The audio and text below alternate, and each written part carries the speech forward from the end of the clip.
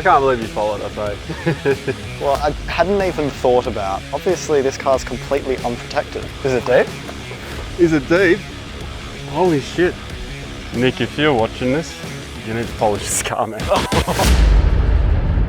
Back on screen by popular request, my 120 series Prado, which is adorned with festive spirit despite its very scratched, sad condition that it's in at the moment. What we're going to be doing today is giving this car the best cleanup we can. I have no expectations as to how well it will come up.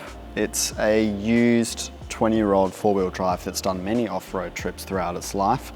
The paint is in very average condition. Obviously, it's very scratched from the trip that we did, but there are parts of it that are also sun damaged, the worst of which is on the front driver's side fender.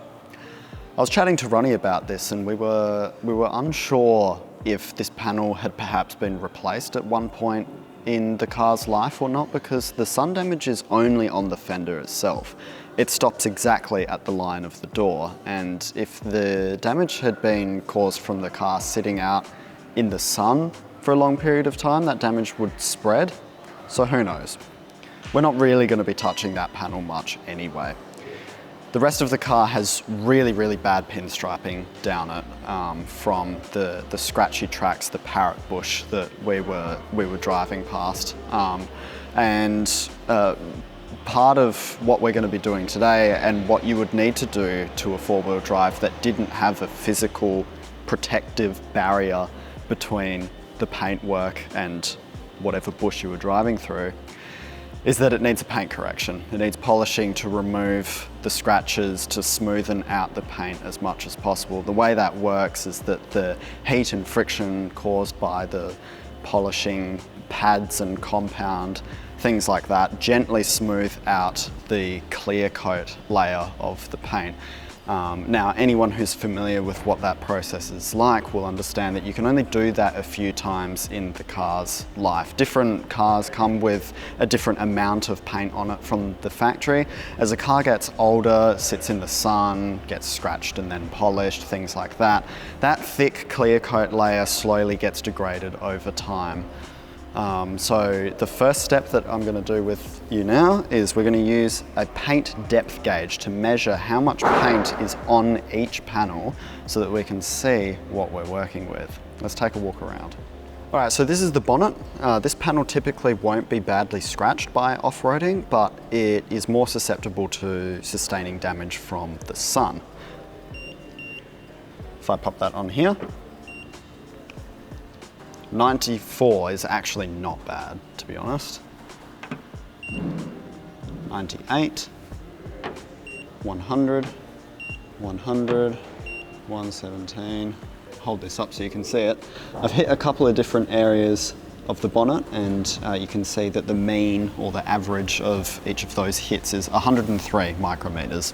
That's pretty good for a car this age. I'm surprised. I expected that to be worse. Heading down the sides of the car now, these are the parts that are obviously going to be the most scratched from off-roading, typically not as sun damaged though, with of course the exception of the other fender for some reason. Mid-90s again, that's 93, that's 92.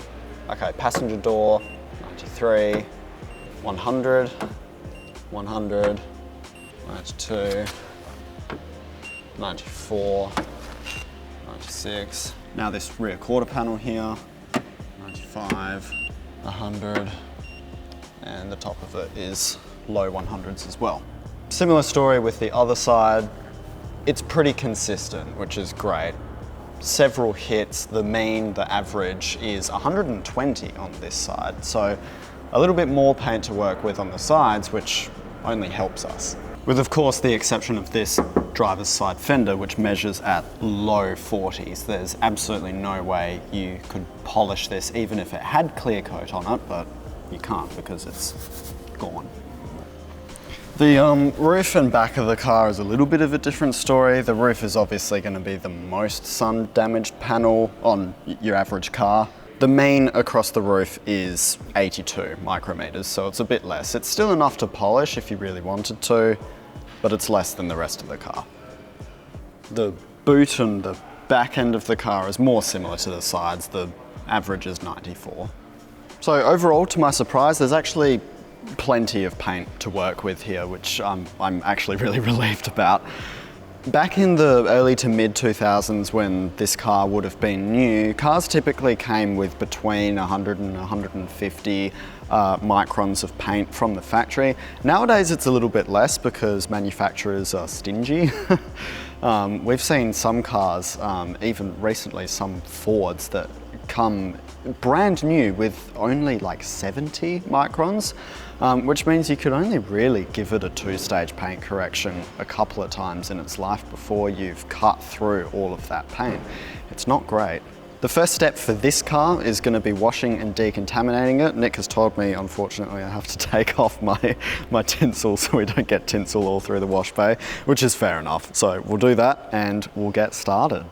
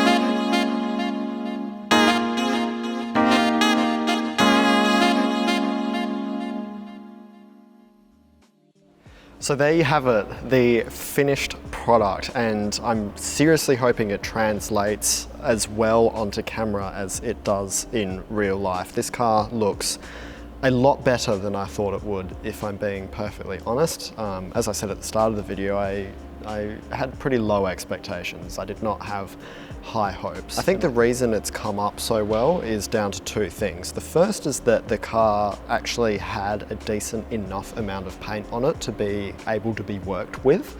And the second thing is that the Gyeon detailing products are fantastic, and seeing them in action to such an extent for this car is a real testament to how they work. This car needed a heavy decontamination in the wash bay. They started using Gyeon's deionizer first before anything else. There was an incredible amount of iron on the car, which you guys would have seen. That was done just to get all of that off as much as possible before the car was even foamed. The guys then used the Gyeon foam to pre-rinse the car, get as much of the dust and road grime and dirt off as much as possible before rinsing that off. They did that a few times actually, just because that's how dirty it was. A multi-stage paint correction varies per vehicle. Your standard is a 2-stage, but some parts of this needed a bit more. Sean wet sanded the bonnet, which is a more aggressive cutting technique, just because the bonnet was quite scratched, pretty much just as much as the sides were, to be honest. However, the sides just needed your normal kind of two-stage paint correction, first with an aggressive cutting compound and then with the Geon primer afterwards to kind of give it a good finish. Once all of the polishing was done, back into the wash bay to be rinsed down, and the guys protected it. They coated it with Geon wet coat, an absolutely fantastic product that performs just as well as any of their other ceramic coatings. Just doesn't last as long, but it is a great maintenance tool to keep some hydrophobicity, chemical resistance for your paintwork if you've got a ceramic coating, or in this car's case, even if you don't. Absolutely, really good product. Sean kindly coated my plastic trims and things like that with Geon Can Coat, which is another super versatile coating from Geon. It's fantastic. You ask Nick what his #1, I think it was Nick. You ask him what his #1 like single favorite Geon product is, Geon Can Coat. Absolutely amazing performance and versatility. Super easy to apply and work with as well. Sean's put it on all of the trims, plastic parts, the weather shields, things like that, the little plasticky bits of the alloy bull bar as well. The bull bar got metal polish as well, which is great. Obviously the bull bar cops heaps, so it's super scratch and damage, but that's come up nicely. The guys did a headlight restoration, which is a really effective way of bringing up the overall appearance of your car. However, if you're doing it, you need to make sure that you apply some kind of protection on it afterwards. If you're just polishing your headlights and removing the sun damage, but not putting anything on, after a little bit of time, your lights are just going to fade again. In this case, I've chosen to put PPF on them, just because not only is PPF UV and sun resistant, but it's also going to protect them from stone chips. You could use a ceramic coating as well. It's going to have exactly the same effect, minus stone chip resistance. Pretty much every part of this car has come up better than I expected it would. The side mirrors are amazing. I would have thought they'd be absolutely caned, but after a light polish, they look great. The lights look great. The lights on the bull bar look fantastic. I'm sure you can tell, but I'm just really happy because, I mean, this is my personal car. So thank you, Nick, for doing this for me. It's very kind of you. It's nice because this is my car and I care about it, and it's served its purpose really well of being a great demonstrator vehicle for our last couple of videos.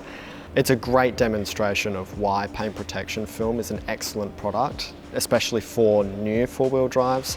They can have it applied and they're going to have a absolutely mint presentation that is going to last for a really long time, even if you abuse the cars off-road, as we saw with Ronnie and Chris last video.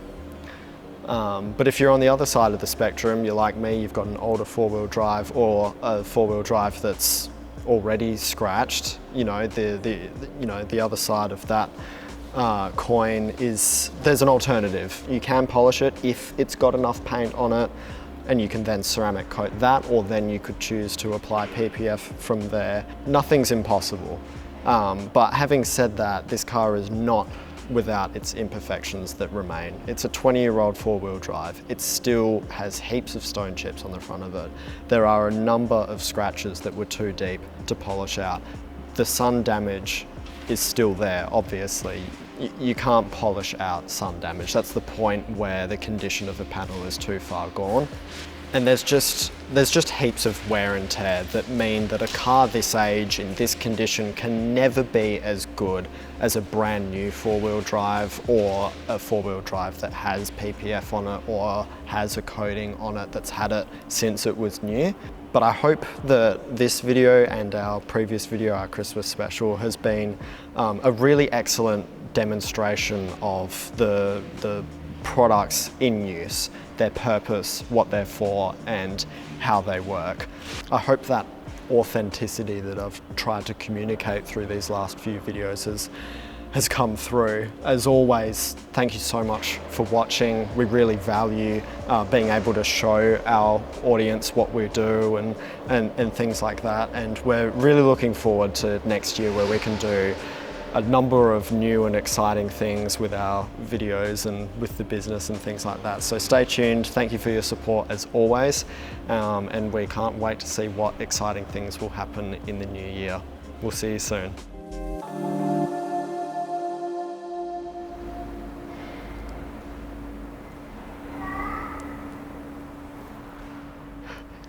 No meowing on camera, thanks. Kyle, man.